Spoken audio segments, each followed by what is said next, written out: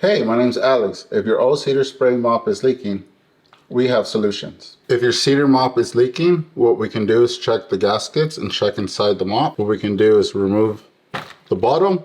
As you can see here, there's a black gasket that goes all around the tip of the bottle. What we can also do is remove the cap.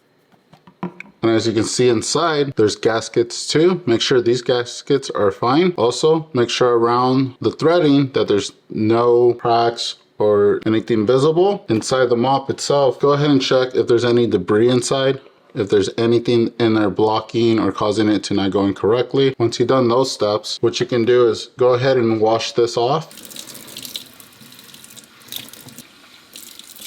Go ahead and turn this until it's all the way in. What you can do is check it just to make sure it's not leaking. Once that's done, and you went ahead and cleaned this and checked the gasket, and you went ahead and checked there's no debris there, go ahead and make sure that it's in there correctly. What you do is you press all the way down. And this is how you check for leaks.